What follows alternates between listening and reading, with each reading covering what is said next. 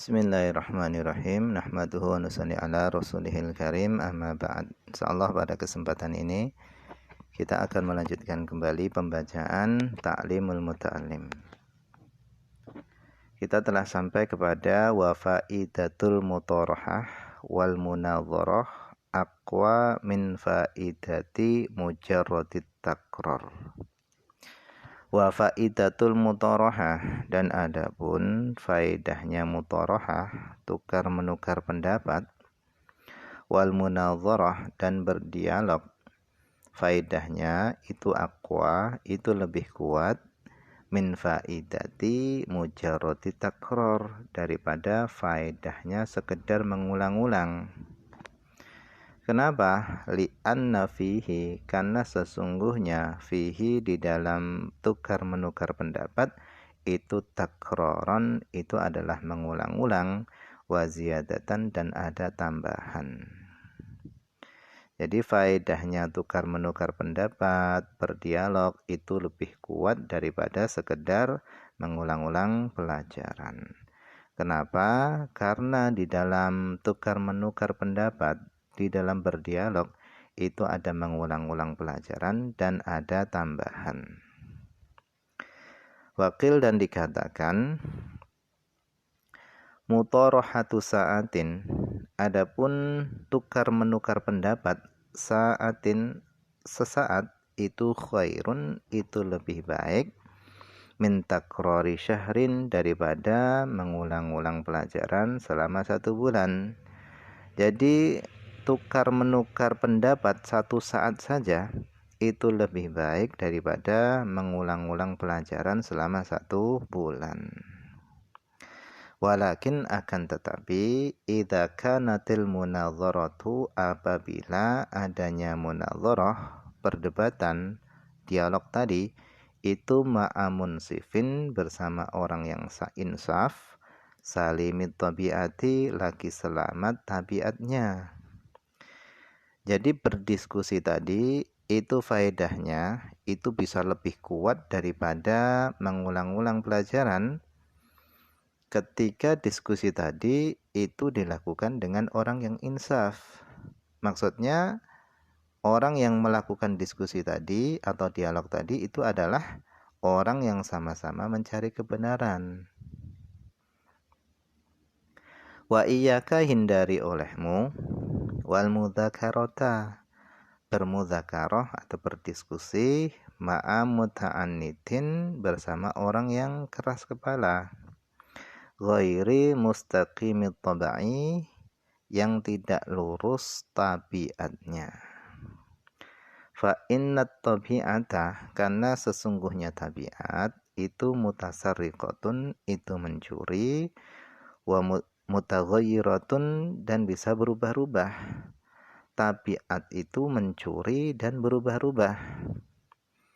Wal akhlaqu, sementara akhlak itu muta'addiyatun, itu menjalar kepada yang lainnya, menular kepada orang lain.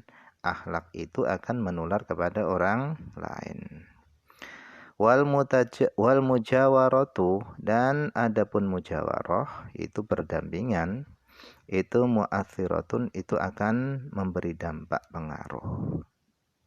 Jadi berdampingan dengan teman itu akan memberikan pengaruh. Wa fi sya'ri, dan di dalam syair, alladzi dzakarahu Al-Khalil Ibnu Ahmad, yang telah disebutkan oleh Al-Khalil bin Ahmad rahimahumullah, semoga Allah merahmati keduanya.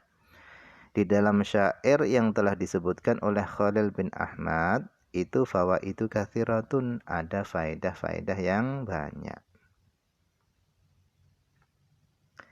Qil, dikatakan, al ilmu, adapun ilmu, min syartihi, di antara syaratnya ilmu, liman khodamahu, bagi orang yang melayani ilmu, adalah ayyaj'alan nasa kullahum khodamahu, hendaknya menjadikan manusia, kullahum, seluruhnya, khodamahu, pelayannya, orang yang melayani ilmu.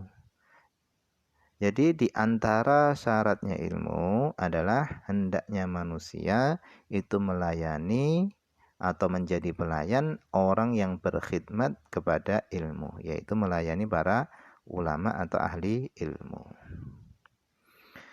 Wayam bagi dan hendaknya li talibil ilmi, bagi penuntut ilmu, ayakuna adanya dia itu muta'amilan, orang yang merenung fi jamil awqat, pada seluruh waktu-waktu, fi daqaiki, di dalam detail-detailnya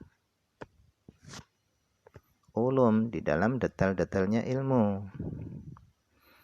Jadi hendaknya bagi penuntut ilmu, hendaknya dia itu merenungi di dalam ilmu-ilmu yang rumit.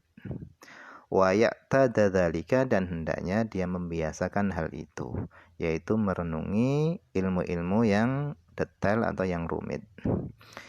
Fa innama yudrikut daqaiqa bita'amuli, karena hanya saja dia akan bisa mencapai, bisa memahami ad-daqaiqa, ilmu-ilmu yang rumit, bisa memahaminya tadi itu bita'amuli, dengan merenung. Walihada, oleh karenanya qil dikatakan ta'ammal, merenunglah kamu, tudrik, niscaya engkau akan sampai. Wala budda, dan harus, minat ta'amuli, dari merenung, qoblal kalam, sebelum berbicara. Jadi wajib sebelum kita berbicara itu merenung. Hatta yakuna swaban, sehingga adanya pembicaraannya tadi itu swaban, benar. Fa innal kalama, karena sesungguhnya kalam, pembicaraan itu kasahmi, seperti anak panah. Fala buta, maka harus, min taqwimihi, dari meluruskan kalam, bita'amuli, dengan merenung. Qoblal kalam, sebelum berbicara. Hatta yakuna musiban, sehingga adanya kalam tadi, pembicaraan tadi, itu musiban, tepat sasaran. Wa qala fi usulil fiqhi, dan telah berkata sahibul usulil fiqhi, orang yang ahli di dalam bidang ilmu fikih, berkata fi usulil fiqhi, di dalam usul fikih.